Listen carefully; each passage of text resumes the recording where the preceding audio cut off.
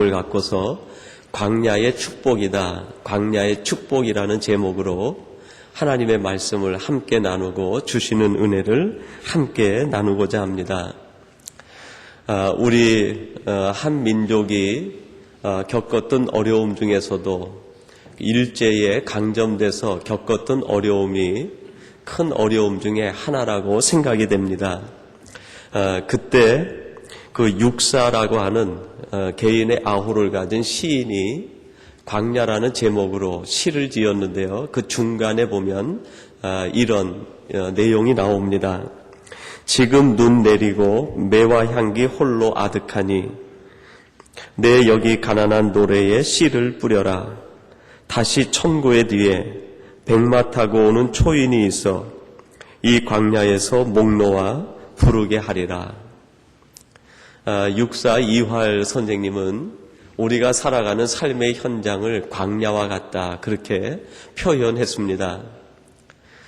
일제시대 때 살기 어려웠던 그 형편이 광야와 다를 바 없는 삭막한 인생의 현주소를 표현했기에 아마 그렇게 노래했으리라 생각이 됩니다.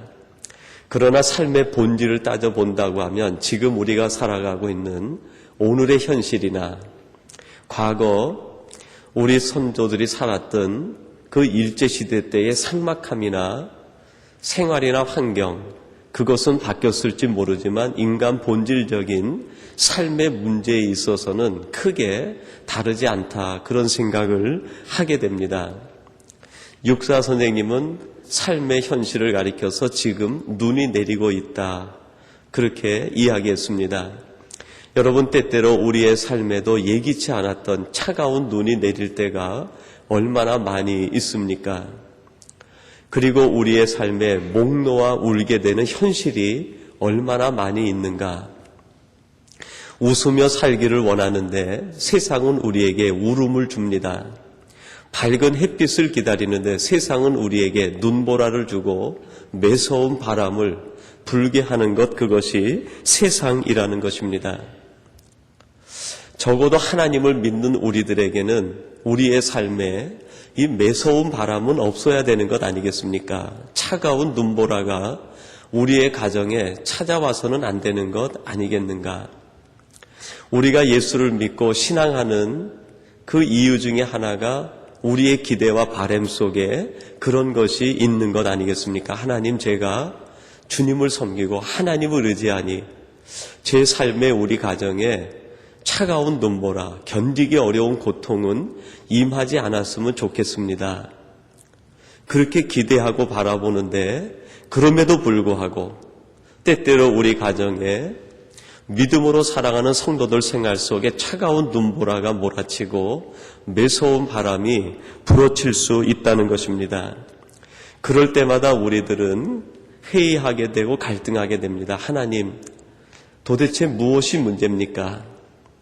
내가 하나님을 섬기는 방법이 잘못됐습니까? 아니면 하나님이 정말 나를 지켜주고 계시는 것입니까? 하나님이 나와 함께 하시는 것입니까? 우리의 삶에 회의가 들고 갈등이 찾아오게 됩니다. 하나님의 말씀을 듣고 이스라엘 백성들이 애굽을 출발해서 가나안을 향해 나갔습니다. 위대한 신앙적 결단을 한 것이죠. 그래, 내가 애굽을 떠나겠다, 세상을 떠나겠다, 이전에 의지하던 모든 것을 끊어버리고 하나님의 말씀을 붙들고 하나님의 약속을 쫓아 나가겠다. 그것이 이스라엘 백성들의 위대한 결단이요, 결정이었습니다. 그러면 그 앞길에는 말씀 그대로 시온의 대로가 열려야 되는 것 아닙니까? 그들에게 밝은 햇빛이 내리쬐야 되는 것 아닙니까? 그들 앞에는 적어도 적은 없어야 되는 것 아닙니까? 그런데 그들이 첫 번째 부딪힌 것이 무엇입니까? 광야의 현실이라는 것입니다. 그 광야의 현실 속에서 이스라엘 백성들이 부르짖게 됩니다. 하나님, 저희들이 하나님의 말씀을 의지하고 하나님을 쫓아서 출발했는데 어찌 우리 앞에 시온의 대로가 열리기보다는 광야의 현실이 먼저 찾아옵니까? 하나님께서 그들에게 주시는 말씀이 무엇입니까? 이것이 내 계획이다. 이것이 내 뜻이다. 이것이 너희들을 향한 나의 축복의 방법이라고 말씀합니다.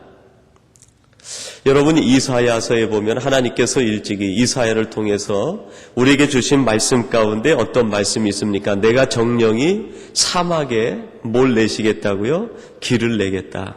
광야에 길을 내겠다. 강을 내겠다. 하나님께서는 우리에게 길을 주시고 강물을, 은혜의 강물에 길을 열어주시는 것은 평탄한 곳이 아니라 사막과 광야에서 길을 내어주시겠다고 말씀합니다. 그러므로 우리가 광야에 있는 것, 우리가 이해할 수 없는 고통의 현실 가운데 있는 것, 그 모든 것이 하나님의 계획이고 하나님께서 섭리하신 일이라는 것을 성경은 말하고 있습니다. 결론부터 말씀드린다고 하면 왜 그렇게 하시는가? 그 길을 지나 하나님의 축복을 누리게 하기 위해서 그것을 주신다는 것입니다. 그러면 도대체 하나님은 왜 우리에게 광야를 지나게 하십니까? 광야에 있는 것이 도대체 왜 축복입니까? 한번 그 문제를 오늘 말씀을 통해서 함께 나누어 보려고 합니다. 첫 번째로는 광야 가운데서 하나님의 인도하심을 체험할 수 있기에, 하나님의 살아계심을 체험하고 배울 수 있기에 그것이 축복이라는 것입니다. 여러분, 오늘 본문 2절에 보니까요, 이런 말씀이 있습니다. 내 하나님 여호와께서 이 40년 동안에 너로 광야의 길을 걷게 하신 것을 기억하라. 하나님의 계획 속에서 너를 40년 동안 광야의 길을 걷게 하셨다, 그렇게 얘기합니다. 흔히 광야를 학교로도 비유를 합니다. 하나님께서 이스라엘 백성들을 광야로 보내신 것은 그들을 마치 학교에 입학시키신 것과 같다, 그런 의미에서 많은 신학자들이 광야를 가리켜서 학교와 같다, 신앙학교라고 그렇게 이야기를 합니다. 도대체 광야에서 무엇을 배우는가? 하나님의 살아계심을 배우고 하나님의 인도하심을 배우고 하나님을 직접 만나고 체험하는 것을 배우게 된다는 의미입니다. 요즘 저희 집사람이 그 한국에 있어서 제가 그 강민이를 데리고 학교도 보내주고요, 그러는데 강민이가 제일 힘들어하는 것이 새벽에 일어나는 겁니다. 제가 새벽 예배를 나와야 되니까 이 아이가 어찌됐든 한 5시 정도에는 옷이라도 입고 이제 차에 타야 와서 이제 오게 됩니다. 그래서 제가 강민이한테 너 지금 특별 새벽 기도회 기간이다 그랬더니 왜 아빠는 특별 새벽 기도회를 나만 해야 돼? 그렇게 얘기를 하더라고요. 그러니까 이제 토막잠을 자니까요. 5시에 일어나서 차 안에서 자다가 오면은 처음에는 1-2번은 앉아서 예배 드리는 것 같더니 그다음부터는 아예 긴 방석 갖다 놓고요. 그냥 딱 누워서 오자마자 자더라고요. 그리고 갈 때 되면 또 차에서 자고, 집에 도착하면 7시가 좀 넘어요. 이제 8시 정도 되면 일어나서 밥 먹고 이제 학교를 가야 되는데요.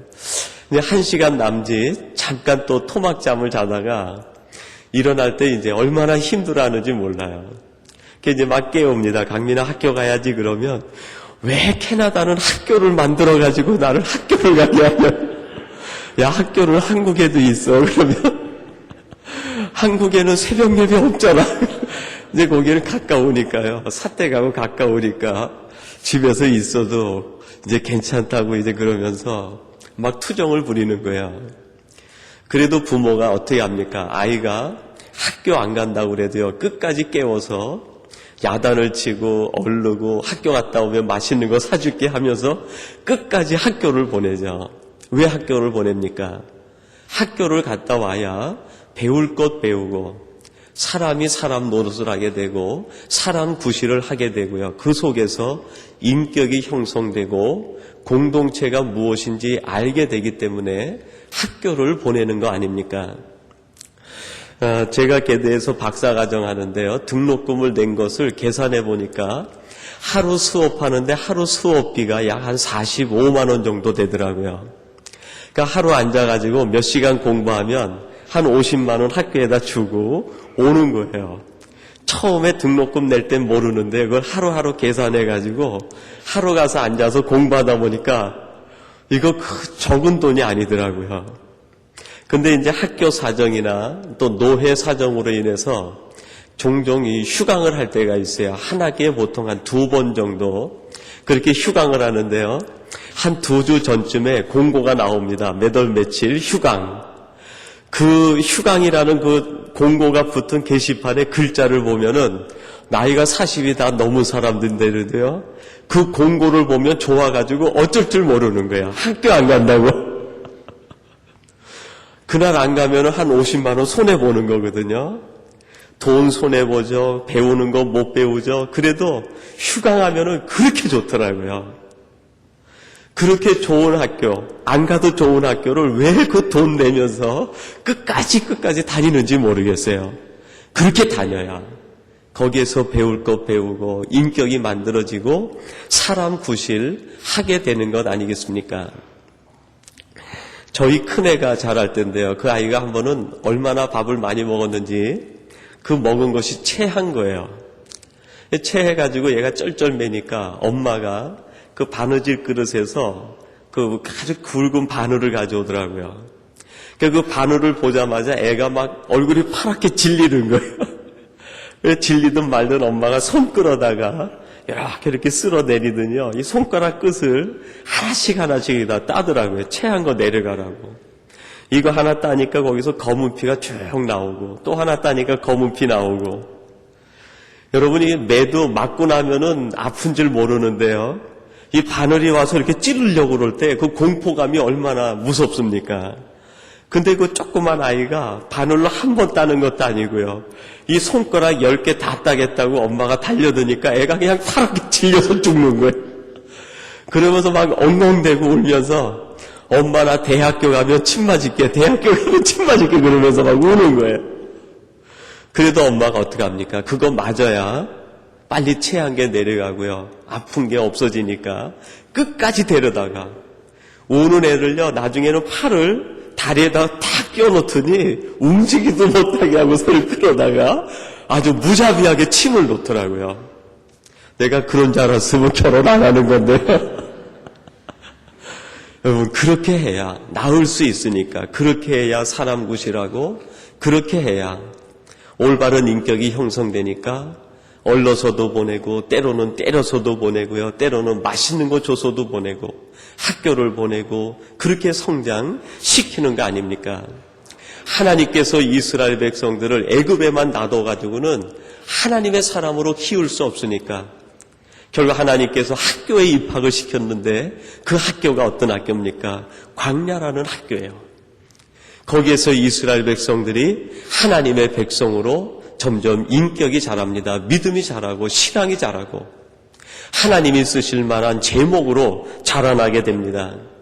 결국 그 과정을 통해서 자기를 배우게 되고 하나님 앞에 쓰임받을 수 있는 성숙한 인격체 하나님의 성도로 거듭 태어나게 되는 것을 바라보게 됩니다.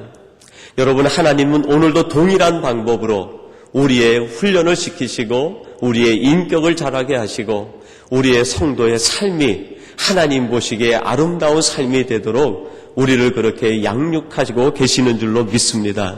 만약 지금 우리에게 차가운 바람이 불어오고 있다고 하면 하나님께서 나를 지금 학교에 입학을 시키시고 하나님이 나를 훈련시키신다고 믿으시고 그 과정을 통해서 우리의 성도의 삶이 더 회복되고 자라며 성숙되어지게 되기를 주님의 이름으로 축원합니다. 그리고 두 번째로는 광야 속에서는 자기의 실체를 바라보게 됩니다. 자기의 모습이 어떤 모습인지 그것을 냉철하게 바라볼 수 있게 된다는 것입니다. 여러분 오늘 본문 2절 하반절에서 이렇게 말씀합니다. 이는 너를 낮추시며 너를 시험하사 내 마음이 어떠한지 그 명령을 지키는지 아니 지키는지 알려 하심이라. 하나님께서 이스라엘 백성들을 광야로 보내신 목적이 무엇입니까? 내가 광야로 보내서 너희들을 낮추겠다. 너희들에게 겸손을 가르치고 배우게 하겠다고 하나님이 말씀하고 있습니다. 하나님이 보실 때 우리 사람들을 써야 되는데 우리 사람을 하나님이 마음대로 쓰지 못하게 하는 요소가 하나 있어요. 그게 뭘까요? 하나님이 가장 미워하시는 교만이라는 모습입니다. 이 교만이라는 것은 하나님이 쓰려고 할 때 쓰지 못하게 만드는 우리 인간에게 있는 아주 잘못된 부분 중에 하나라는 것입니다. 하나님이 이스라엘 백성들을 써야 되겠는데요. 그들을 쓰기에는 아직 너무나 목이 곧고 너무나 교만해서 하나님이 쓸만한 백성이 되지 못한다는 것입니다. 그들을 광야로 보내서 온유하고 겸손한 사람을 만들어 하나님이 쓰시기를 원해서 그들을 그곳으로 보냈다는 이야기입니다.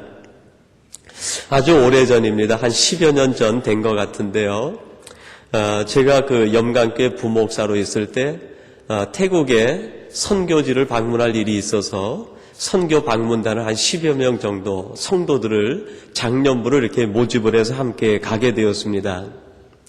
그 중에 이제 우리 장로님도 계시고요. 권사님, 안수 집사님, 그리고 선교부에서 일하시는 이제 일반 우리 집사님, 차장님들이 함께 동행하게 되었어요.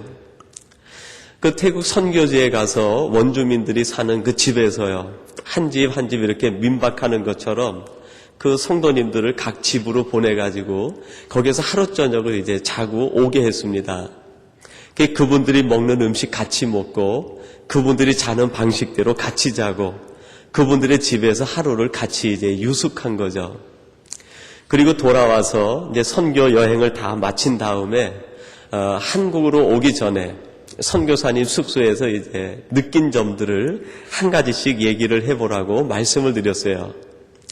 그랬더니 그분들이 한결같이 얘기하는 것이 그 원주민 집에서 잔 것이 가장 기억에 남는다. 근데 이제 한 권사님이 얘기를 하시는데요. 그 권사님은 그때 중학교 교장으로 재직 중에 계셨습니다. 퇴직을 얼마 앞에 두고 계신 분이었는데요. 그분이 아주 울면서 고백을 하는 거예요. 자기는 여지껏 너무나 편한 그 잠자리에 자면서 좋은 부모님을 만나서 공부하고 지금까지 학교 선생님으로, 교감으로, 교장 선생으로 그렇게 일을 하면서 사람들을 볼 때 지식이라고 하는 기준으로 사람을 보게 되었다는 겁니다. 그리고 교회에서 권사님으로 일을 하면서도 성도들을 성도의 그 모습으로 이렇게 보는 것이 아니라 자신이 가지고 있는 그 기준에 의해서 성도들을 보고 그렇게 판단을 했다는 거예요. 근데 그 원주민 집에 자면서 그날 저녁에 한 잠도 자지를 못했대요. 그게 왜 그렇습니까? 그랬더니 누워서 자려고 하니까요. 천장과 벽, 바닥에 도마뱀들이 설서 기어다니는 거예요. 이게요. 심지어는 그 세면 콘크리트로 만든 선교사님 숙소에도 도마뱀들이 들어와가지고요. 천장에 이렇게 붙어 있어요. 그러면 누워서 자려고 그러면 저게 언제 내 이불에 떨어질지 몰라가지고요. 잠을 못 자는 거예요. 근데 원주민 집엔 더 하는 거죠. 뭐 적어도 너댓 마리들이 그 그냥 천장에 모두 붙어가지고 그러고 있으니까 한숨도 자지 못하는 거예요. 근데 그 원주민들은 그 속에서요. 얼마나 잘 자는지 몰라요. 어떻게 이 속에서 이렇게 평안할 수 있을까? 자기는 이렇게 불안한데. 근데 그런 것을 여러 가지 연상하면서 그 원주민 사역자들, 원주민 전도사님들, 또 선교사님들, 또 선교하러 오신 단기 선교사들 이런 분들을 보면서 이분들이 산다는 것이 꼭 내가 지금까지 가지고 왔던 이런 기준과 잣대로 사는 것은 아닌구나. 하나님에 대한 열정과 하나님을 향한 신실한 믿음, 그 마음이 우리를 살아가게 하는 힘이 되고 능력이 되는구나 하는 것을 하나씩 하나씩 깨닫기 시작한 거예요. 그러면서 이분이 고백을 하면서 눈물을 흘리면서 이제 내가 돌아가면 지금까지 내가 가지고 있었던 이 모든 잣대를 내어버리고 이제 원주민 같은 마음으로 순수한 마음으로 돌아가서 내가 새로운 삶을 살도록 하겠습니다. 그런 고백을 하면서 눈물을 흘리더라고요. 그 권사님이 얘기하실 때 내가 이제 원주민 같은 마음으로 돌아가서 살겠습니다 하는 것이 제 마음에 딱 부딪혔어요. 그러면서 그게 저에게는 그렇게 들리더라고요. 우리 그리스도인에게 있어서 원주민은 무엇일까? 우리 그리스도인에게 있어서 원주민의 상태는 무엇일까? 여러분, 하나님께서 우리를 처음 만들어 주셨던 아담과 이브 에덴 동산에서 살던 그때 그 첫 모습이 하나님께서 우리를 만들어주신 성도의 원주민의 모습이 아니겠습니까? 근데 우리들이 그 하나님이 주신 아주 근본된 원주민의 모습은 다 잊어버리고 그 순수함은 다 잊어버리고 세상에 살면서 어떻게 됐어요? 때로는 교장 선생님이 되기도 하고 정부의 고관 대작이 되기도 하고 많은 것을 가지고 있긴 하지만은 원주민의 모습에서 우리가 얼마나 많이 떨어져 와 있는가. 하나님이 우리를 만들어 주셨을 때 그 순수했던 그 모습에서부터 세상에 살아가면서 우리가 얼마나 많이 그 마음을 잃어버리고 살아가고 있는가. 저에게는 그 권사님의 고백이 그렇게 들리더라고요.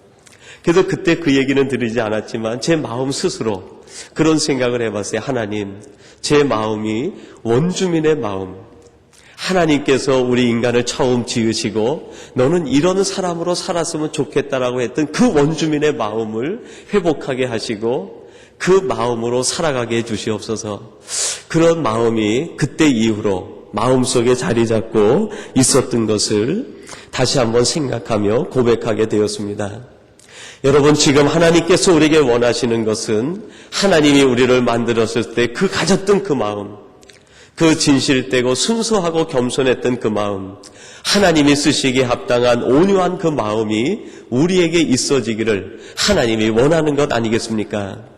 애굽에서 이스라엘 백성들이 하나님께서 주셨던 그 마음을 잃어버리고 애굽의 마음으로 가득 찼을 때 그것을 제해버리시고 하나님이 주셨던 그 마음으로 새롭게 하기 위해서 그들을 광야 가운데 지나게 하시며 그들을 낮추게도 하시고 그들에게 하나님이 주는 새 마음을 지어주신 것 아니겠습니까? 여러분, 하나님께서 우리에게 주신 복 가운데 큰 복이 있다고 하면 그것이 온유한 자가 누리는 복이 아니겠습니까? 여러분, 이스라엘 백성들이요, 하나님 앞에서 자신들의 복을 그것으로 생각하지 못하고 세상적인 것을 복으로 생각했을 때 하나님이 얘기합니다. 그것이 복이 아니다. 참된 복은 내 마음이 하나님이 주셨던 그 순수한 마음으로 회복되는 것이 참된 복이라고 말씀합니다. 여러분, 예수님께서도 이 땅에 오셔서 산상수훈에서 말씀하실 때 어떤 것을 복이라고 얘기합니까? 장수가 복이라고 얘기하지 않습니다. 재물을 많이 갖는 것이 복이라고 얘기하지 않습니다. 우리가 얘기하는 것처럼 세상적인 권력을 갖는 것이 복이라고 얘기하지 않습니다. 온유한 자가 복이 있다고 얘기합니다. 그것이 예수님이 말씀하신 복 중에 한 가지입니다. 이 온유한 자가 땅을 차지하고 하나님이 주시는 은혜 가운데 살 수 있게 된다고 말씀합니다. 우리는 세상이 얘기하는 복이 아니라 하나님의 말씀하시는 진정한 복을 누리며 살아가는 주의 백성과 복된 성도들이 되어야 될 것입니다. 오늘 예배한 우리 삼성의 모든 가족들이 이러한 복을 누리시는 성도들이 되시기를 주님의 이름으로 축원합니다. 그리고 마지막 세 번째로는 오직 하나님만을 바라볼 수 있기 때문에 광야에 있는 것이 축복이라고 할 수 있습니다. 여러분, 3절 하반절에서 이렇게 말씀합니다. 사람이 떡으로만 사는 것이 아니요 여호와의 입에서 나오는 모든 말씀으로 사는 줄을 너로 알게 하려 하심이니라 그랬습니다. 너희들이 세상을 살아갈 때 떡으로 사는 것이 아니라 하나님의 입에서 나오는 모든 말씀으로 사는 것이라고 하나님이 친히 가르쳐 주셨습니다. 여러분, 우리가 이 땅을 살아갈 때 떡으로 사는 것이 아니고 하나님의 입을 바라봐야 됩니다. 하나님의 말씀에 주목해야 됩니다. 하나님의 음성을 들어야 우리는 비로소 바로 걷고 살아갈 수 있다는 것입니다. 출애굽기 12장 35절과 36절에 보면 이스라엘 백성들이 이제 마지막 그 애굽에 내린 장자의 죽음, 그 재앙을 뒤로해서 유월절을 지키고 그들이 이제 광야로 나오게 됩니다. 광야로 그들이 나오기 전에, 출애굽하기 전에 하나님께서 모세를 통해서 이스라엘 백성들에게 주신 명령이 하나 있어요. 그 명령이 뭔지 출애굽기 12장 35절과 36절에 보면 나와 있는데 이러한 명령입니다. 이스라엘 자손이 모세의 말대로 하여 애굽 사람에게 은금 제물과 의복을 구하며 여호와께서 애굽 사람으로 백성에게 은혜를 입히게 하사 그들의 구하는 대로 주게 하심으로 그들이 애굽 사람의 물품을 취하였더라. 이스라엘 백성들이 애굽에서 나오기 전에 하나님께서 모세를 통해서 주신 명령이 있는데, 그게 너희들이 나오기 전에 애굽에 있는 모든 은금과 재물과 폐물들을 전부 가지고 나오라는 거예요. 그들이 구할 수 있는 대로 그것을 구했는데요, 애굽 사람들이 하나님이 그렇게 하게 하셨기 때문에 그걸 막지를 못한 거예요. 그래서 이스라엘 백성들이 구할 수 있는 대로 은금과 폐물, 재물들, 의복을 전부 가지고 광야로 들어왔어요. 하나님이 왜 그것을 가지고 나오게 하셨는가? 두 가지 목적이 있는 것 같아요. 첫째는 이스라엘 백성들이 가지고 나온 것으로 나중에 하나님의 성막을 짓는데 이스라엘 백성들이 그것을 봉헌을 해요. 은도, 금도, 자신들이 가지고 온 좋은 실들, 양탄자, 좋은 것들, 모피 전부 가지고 나와서 그것을 하나님 앞에 드려가지고 그것을 성막을 짓습니다. 그런 목적과 필요 때문에 하나님께서 그것을 가지고 나오게 하신 것 같아요. 또 한 가지는 이스라엘 백성들이 나라를 세워야 되는데, 나라를 세울 때 뭐가 필요합니까? 건국 자금이 필요합니다. 근데 이스라엘 백성들이 원래 떠돌이기 때문에요, 가진 것이 없어요. 나라를 세울 돈이 없으니까 애굽에서 좋은 것 다 가지고 나오게 해가지고 그것으로 건국 자금을 만들게 한 거예요. 민족들은 60만이 넘는 중다한 백성으로 자라게 하고, 그 60만 백성들이 남자 여자 합치면 적어도 180만, 200만 정도 되는 사람이 애굽에 있는 좋은 것 다 가지고 나와서 그것으로 나라를 세운 거예요. 또 한 가지는 교육적인 목적이 있는데, 그게 뭘까요? 광야에서 너희들이 애굽에서 가지고 나온 것으로 한번 살아보아라, 그거예요. 애굽에서 가지고 나온 것으로 광야에서 한번 살아봐라. 1년은 살 수 있을지 모르겠습니다. 애굽에서 가지고 나온 거, 말린 양고기, 음식 저장해 놓은 거, 말린 곡식, 그거 가지고 1년은 살 수 있었는지 모르겠어요. 그런데 여러분, 1년 지나고 2년 지나니까요, 애굽에서 가지고 나온 것이 광야에선 무용지물이 돼버려요. 사막에서 금덩어리가 있으면 뭐합니까, 여러분? 주먹만한 다이아몬드가 있으면 그게 무슨 소용이 있어요? 광야에서는요, 하나님의 은혜로 샘물이 터져가지고 물이 솟아올라야 그것을 먹고 사는 거예요. 애굽에서 가지고 나온 것, 그들이 볼 때 가장 좋은 것들 다 가지고 나왔는데 그것 가지고 광야에서 살 수가 없는 거예요. 살 수가 없는 거예요. 여러분, 오늘 현대 크리스찬들이 착각하는 것이 있는데 그게 뭡니까? 세상에 있는 것으로 우리가 세상을 살아가는 줄 알아요. 세상에 좋은 것 가지면 그것으로 우리가 세상에서 살 수 있다라고 생각합니다. 그런데 그것이 아니죠. 세상에 있는 것으로 사는 것이 아니라 하나님이 주는 것으로 사는 거죠. 하나님께서 하늘문을 여시고 우리에게 비를 내리시고 만나를 주시고 매출하기를 주시고 하나님이 길을 열어주셔야 하나님이 주시는 일용할 양식을 먹고 사는 것이고, 하나님이 우리에게 은혜를 주셔야 한 벌 옷을 갖고도 광야 40년을 지나도 그 의복에 헤어지지 아니하고 그것 가운데 하나님의 은혜와 능력을 누리며 살 수 있게 된다는 것입니다. 하나님께서 구름을 덮어주셔야 그 뜨거운 햇빛이 피해지고, 하나님께서 불기둥을 열어주셔야 그 광야 사막길에서 우리가 추위에 떨지 않고 살 수 있게 된다는 것입니다. 우리가 집을 마련하고 우리의 힘으로 사는 것 같지만 하나님께서 구름으로 집을 지어주시고 불기둥을 만들어주지 아니하시면 우리는 피할 곳이 없는 광야 한가운데서 메말라가고 죽을 수밖에 없다는 것입니다. 너희들이 가지고 있는 것 가지고 한번 살아보아라.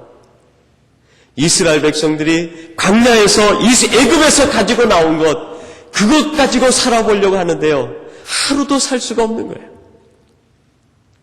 하나님께서 그때 교육하시는 것이 무엇입니까? 애굽에 있는 것, 그 좋은 것 다 가지고 나왔지만 그것으로 어찌 너희의 생명을 연장할 수 있느냐?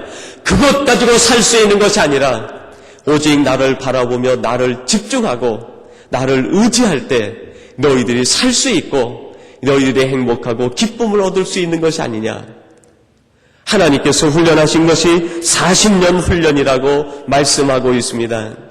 여러분, 우리가 다시 한번 하나님의 말씀에 주목해서 우리가 이 땅을 떡으로 사는 것이 아니라 오직 하나님의 입을 바라보며 하나님의 말씀에 주목하고 하나님을 바라볼 때 살 수 있는 것처럼 오늘 우리가 다시 한번 겸손히 하나님 앞에 동일한 고백을 드려야 될 것입니다. 하나님, 제게 필요한 것은 세상의 떡이 아니라 하나님의 얼굴입니다. 하나님의 임재하심입니다. 하나님이 나와 함께 하심이며 오직 하나님이 나와 함께 할 때 하나님을 의지하며 내가 살 수 있습니다. 하나님을 주목하겠습니다. 이 고백을 드리는 우리가 되기를 원합니다. 여러분, 신명기 8장 16절에서 이런 말씀을 합니다. 내 얼굴도 알지 못하던 만나를, 내 열조도 알지 못하던 만나를 광야에서 내게 먹이셨나니 이는 다 너를 낮추시며 너를 시험하사 마침내 내게 복을 주려 하심이었느니라. 하나님께서 우리를 광야로 보내시고 이 모든 일을 행하신 것은 하나님이 말합니다. 마침내 내가 너를 복을 주기 위함이라. 하나님께서 우리를 광야길을 걷게 하신 것은 마침내 복을 주기 위함이라고 말씀합니다. 우리를 넘어지게 함도 아니고 우리를 힘들게 함도 아니고 우리를 괴롭게 함도 아닙니다. 우리를 광야에서 지치게 만드는 것도 아닙니다. 그 길을 걷게 하시고 마침내 복을 주게 하려 하심이라.